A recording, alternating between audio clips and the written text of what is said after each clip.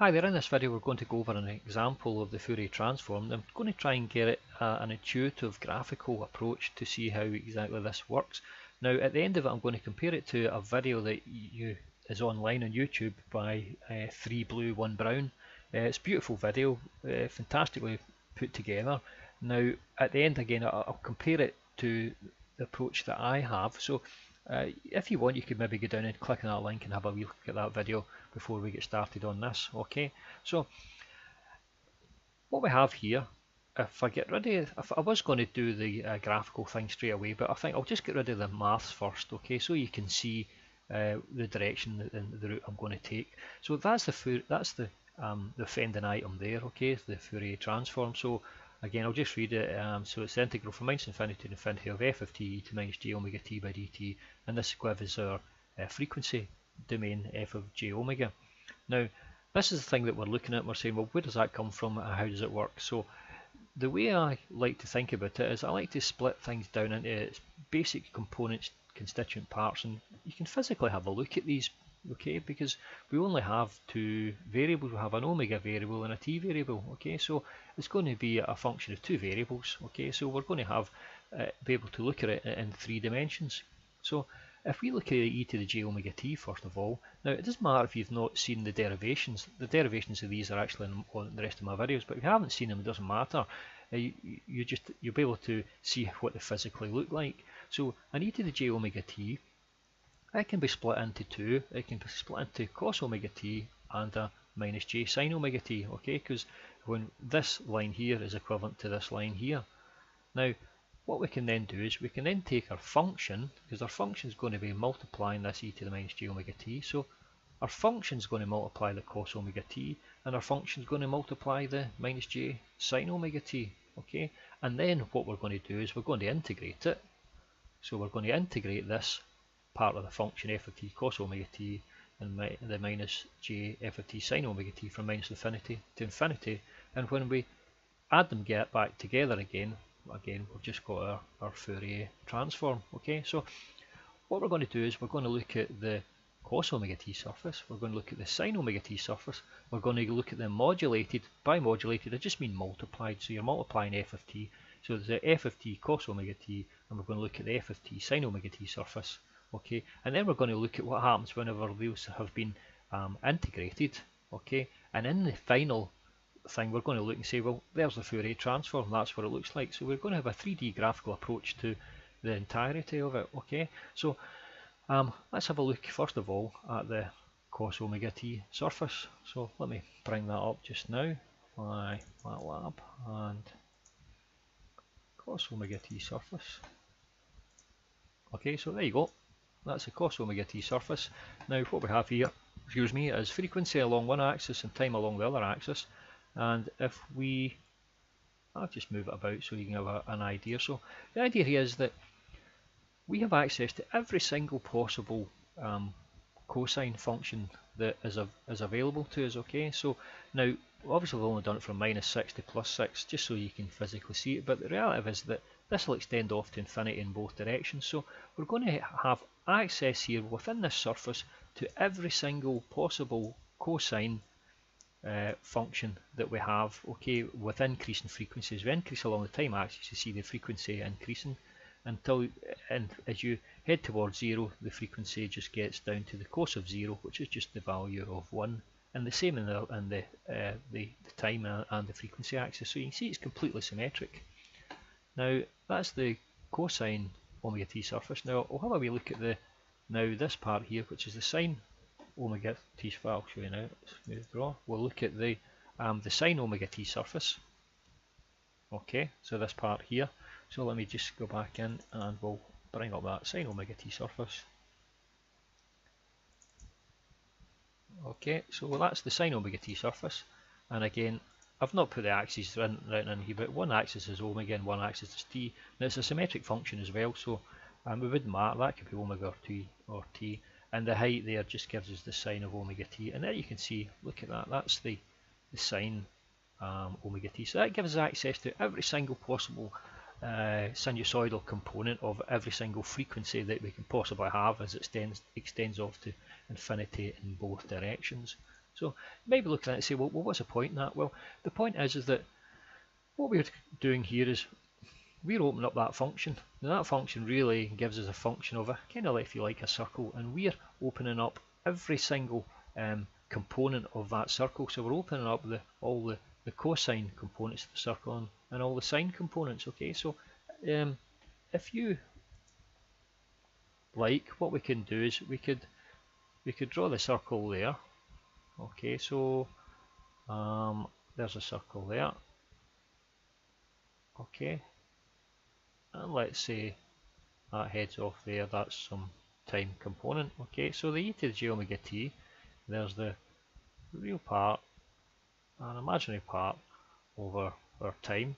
So as we head off in time, this will head off in the corkscrew like that. Okay, it will continue on like that forever.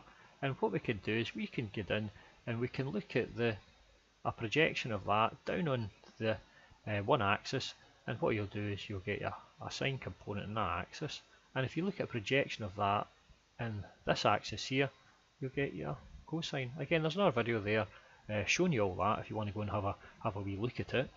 But that means that we can get access to every single value of those sines and cosines for every single possible frequency. Now, if as the frequency increases, all that's happening is this phasor goes round quicker and quicker, okay, and it gets tighter and tighter. Okay, so we've got access to all of that. That means that what we can do is we take a function of time, and we're looking to take the function of time, and we want to see the frequency components of that function of time. So in order to find the frequency components, you must have access to them. So now we've got access to all of those frequency components. So what we'll do is we multiply f of t with the cos omega t and the f of t with the sine omega t. So it says how much of this function of time has got a cosine components, and how much of the function of time has got the sine components. Okay, so what we'll do is we'll multiply that together and we'll have a look at this surface. Okay, so it's f of t times the cos omega t surface. Now, one other thing we'll have to add here is that we'll have to actually pick a function in order to see this. Okay, so the function that we're going to pick is just a simple square wave. Okay, so the function we're going to pick just looks like that. It actually goes from 0 to 4, and it's just a height 1. Okay, so it's not a square wave, it's a square function, so it just goes like that. Okay, that's a function there, that's a function f of t. So let me go and we'll get in it and we'll open up this function. Now it's going to be the cos omega t times f of t. Okay, so that's us there. Let's see if can you see that there? Yeah, yes, you got it. So there we go. We've taken our cos omega t surface and we've multiplied it by our function f of t. Now our function f of t is 0. Okay, now if I come up here and draw at that angle there, you'll actually see our function f of t if I can get the right angle there, correct angle. So there we go. That's a function. Oh, get this right here. Right, a function f of t. That's us splitting around that way. But just bear with me here while I'm trying to get it in the right angle. There we go. That's us just about there. Right. So that's a function. The function there was just a square wave. So it goes from 0 up to 1, and it comes along here and it comes down. Okay, so that's that square wave, that square function there, our f of t, and that's modulated that entire surface. So now we've only got this part of the surface. Okay, so that's our f of t cos omega t. So that's really telling us the function f of t, all of the cosine components that of that function f of t, okay, and the magnitude of all of those cosine components, okay, that f of t can possibly have. Okay, now we do the exact same thing.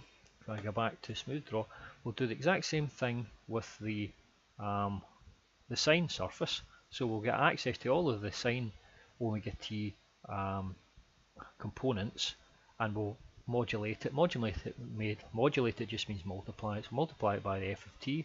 So let's go ahead and we'll have a wee look at that one as well. So MATLAB up there, and we'll go to sine omega t surface f of t. Okay, so again we've just taken our function, which is the little square wave, and we've modulated the sine surface with our little function. Okay, so a little function, if we can manage to get it there, it's sort of like there. So there you go, that's a little square wave, okay, in time, that's then modulated our function there, which is our sine omega t. So there's obviously there's nothing below before 0 because the function doesn't exist, and there's nothing after 4 because the function doesn't exist. But in between, we're modulating that, okay, by the height of the function f of t. Okay, so that gives us access to the amplitude of every single sinusoidal function that f of t is composed of. Okay, so now what we want to do, if we go back to our smooth draw and have a wee look at our equations here, we've now got access to this surface. Okay, and we've got access to that surface now, but we're only looking for one particular thing. We're looking for the frequency components. Okay, so we want to find the summation of all the frequency components. Okay, now in order to get the summation of all the frequency components, you integrate, right? So we integrate, and I should finish that off. You integrate with respect to time. Okay, and again you integrate with respect to time. So let's go ahead and we'll have a look at that graphically so you can see roughly what we mean. So let's just bring up the last, we'll just bring up the cosine surface first of all. So that's the cosine surface there. So that's the cosine, if I get into MATLAB. So we're going to look at this, the f of t cos omega t surface. Okay, so there you go, that's the f of t cosine omega t surface. Now what we're going to do is we're going to find out all of the frequency domain equivalent. Okay, so we're interested in, now if that's the frequency domain there, so that's the frequency axis. The frequency axis goes along there. Okay, and we're interested in the height of the frequency axis, so that's the amplitude up there. Okay, so in order to get the magnitude of all the frequency components, we have to add up the magnitude of all the frequency components with respect to time along all the lines. Okay, so we've got to go and integrate this function, if I get it at that angle, integrate the function in that direction. Okay, because if we integrate the function in that direction, it will give you the magnitude of every little sinusoidal, also in this case, the magnitude of every single cosine part of the function here. So it means that in the end, when we integrate in that direction there, we'll get one part of our Fourier transform. Now this cosine omega t is an even part, so it'll give us this will give us the real part of our Fourier transform. Okay, right, so now what we'll do with the sine is we'll do the exact same thing with the sine omega t surface. We'll integrate along in that direction there, okay, in the time direction, to get your frequency component. Now you could envisage actually working the opposite way if you wanted to. You could say, well, if I wanted to look at the frequency, if I had a frequency domain signal and I wanted to do the inverse transform and to find a time domain, you would take the frequency domain signal here and it would modulate the surface, and then you would integrate with respect to frequency to get your time component along here. Okay, so now let's finish this off and we'll go and we'll look at the real part here generated by the cos omega t and the imaginary part generated by the sine omega t. So if I just bear with me, I'll bring these up. Square example, I think it's this one here. Okay, yep, that's us there. Now if you bear with me, I'll just to get this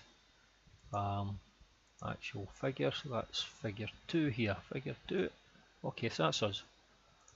Okay, so now what we have here is, I've just drawn it all out together. Okay, so what we have here is a square wave. Okay, so that's the square wave we're going to find the Fourier transform of. I've just drawn it out twice. It's the exact same square wave, and it's just to show that we're going to be modulating the cos omega t surface. So that's the cos omega t surface there. Now the reason why I showed you it separately is because you can't really see it so much here because it's quite small, but that's that cos omega t surface that we've seen. Okay, So we take that and that function there modulates the cos omega t surface, and then there's the modulated surface there, just as I'd shown you earlier. Okay, now we do the exact same thing for the sine omega t. That's the sine omega t surface, and that's the f of t times sine omega t surface. So these just follow exactly the route that we showed you on the equations here in smooth draw. Okay, so we have exactly those equations: the cos omega t, the sine omega t, the modulated cos omega t, the modulated sine omega t. Okay, and now we're going to look at what happens when we integrate both of those together, and then we're going to look at the absolute values as well. Okay, so let's have a wee look back in there, bring that back up. Where is it? Let's see. It's our, well, that's it there, and I'll bring it up over here as well. Okay, so that's us got these 6 here. Now I'll explain the middle one in a minute. Okay, so we'll jump down onto this one here. Okay, so whenever we integrate this surface, okay, in respect to time, okay, so we integrate it along that direction there, that's what we get. Okay, now we get this sinc function. Okay, so that's the real part of the Fourier transform. Okay, now whenever we integrate this function here, okay, the sine omega t f t surface, okay, with respect to time, we get again our another function here. The function we're going to get here is actually the imaginary part, okay, of this Fourier transform, and it looks like that. Now I've drawn it as an imaginary part, but the reality is that this actually sits at 90 degrees to this. Okay, so if I was to draw this one and this one on this on the same axis, okay, so on a 3D axis, so we had a real part coming up one way and an imaginary part coming up another way, and then the frequency along the third axis, then we'd end up with like a 3D image. Okay, now that's just I bumped that one by accident actually, but that's just a 2D image. Okay, but we would end up with a 3D image. Okay, and I've actually drawn a 3D image above. Okay, so I've taken these, the real part and imaginary part, and I've stuck it in one axis, in one graph. Okay, so if I twist this graph round about, then you'll be able to see it. It's a kind of complicated looking graph, but whenever you twist it round about and get it to the right the proper angle, you can see you can get the imaginary part here coming out. Okay, and if you get it in a different direction, it's a wee bit awkward moving this about to get it right. Okay, so you might not actually see this here, but if I move it in a proper direction here, I could possibly get it right. Oh, it was almost there. Then you can see what we get. We're starting to get just the purely real part here, which is the this here, which is the real part of our transform. Okay, so we've ended up with a real part and an imaginary part of our transform, but we tend not to leave it like that. You don't really leave it sitting like that. What we tend to do is we tend to draw out in terms of an absolute value and a phase. But the absolute value and phase, these two graphs here, basically they carry the same information as these two, or it carries the same information as this one. Okay, so in order to get this magnitude here, now all we're interested in is if we were in the 3D, and I'll try and get it in 3D. I don't think it might not be able to get it quite right, but in 3D, what we'd be trying to get is how far away from the axis, okay, the point on the curve is. Okay, now this here tells us how far away in terms of, you know, the say in an x direction, if you like, and this would tell us how far away within in a y direction. But what we want to do is the absolute value. Okay, so it's just like looking at the x squared plus y squared equals z squared sort of thing. Okay, so what we're going to do is we're going to square the component here, square the component there, and take the root, and you'll get the heights. Okay, and you end up getting this raised sinc function. Okay, so that's the magnitude of that Fourier transform of that signal, and then we draw out the phase component like that. Okay, so up here is actually the phase, So you can see the phase is 0 at that point there, 0, but then you can see as it shifts along the omega axis, the components here start to move round about, so they start adding on linear phase until it gets to a point where it then jumps again, and it jumps again, it keeps jumping, and in effect, if you were to draw the phasors in here, all these phasors are all rotating around in different directions, and that's what this phase graph shows. Okay, so that's pretty much everything for the way I look at it and how I look at the Fourier transform. And I like to think that if you can see how one Fourier transform works in a graphical sense, and you get an idea of what it is you're doing, and you can see where the equations kind of come from graphically, then every other Fourier transform is just a more complicated version of that initial Fourier transform you've done. So in the end you can say, I understand one, so now after that I can accept and rely on the mathematics after that. Okay, so and now as a last sort of thing, I like to look at that and think about it as a comparison to what the guy did in 3 blue and 1 brown. So again, if you go and have a look at that, what he did was he took the function f of t, and instead of, if I bring up maybe this, because I'm talking a lot here and you'd not be able to see very much, smooth draw, okay. So what he did when in his approach is that he took the function and he wrapped it round about the circle. So the function in effect got, and he got these pretty images like that, okay. So what he's done is he's wrapped the function round about a circle. Okay, but I haven't done that. I've done the opposite thing. I've left the function as is. Okay, so the function just remained the same. And what I've done is I've opened up the circle. Okay, so I've taken the circle and like that. Okay, so there's our circle there, and we've got our cosine components which run along that axis, our sine components that run up that axis. Okay, so we can see our sine components up this axis here, and the cosine components along that axis there, and I've opened up that circle and I've split it into the sines and cosines, and I've got access to every single possible sine and cosine available to us. Okay, and the signal here, when the way he's done it as well, he's taken the signal around about that. Now as the signal say changes in height, it goes all sorts of different heights, in this phasor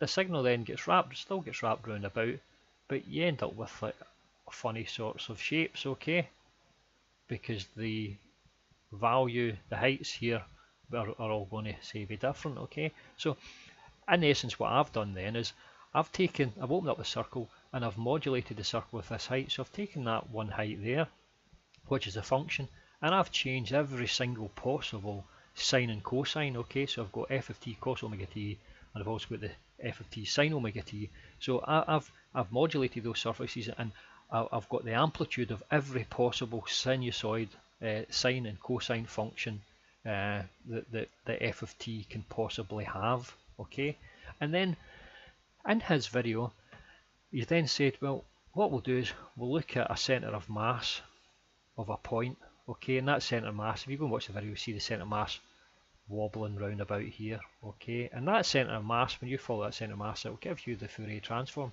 But what I do is the centre of mass that you actually get the centre of mass from integrating up all of the possible sinusoids with respect to time. Okay, so that kind of gives an indication of the route that he's taken in that video, and obviously you can see the route I've taken in my video. Obviously I don't have access to the tools that he uses. Okay, so I'm pretty much in awe at the quality of that video, but for me personally, and this is just my personal preference, possibly because I'm just used to looking at it this way, I like to think about the idea of opening the circle up as opposed to wrapping the signal round about the circle. But I don't mind if people get an intuition from whatever way they want, then that's great, you know. So that's all there is to this video. I hope you enjoyed it. I'll see you later. Goodbye.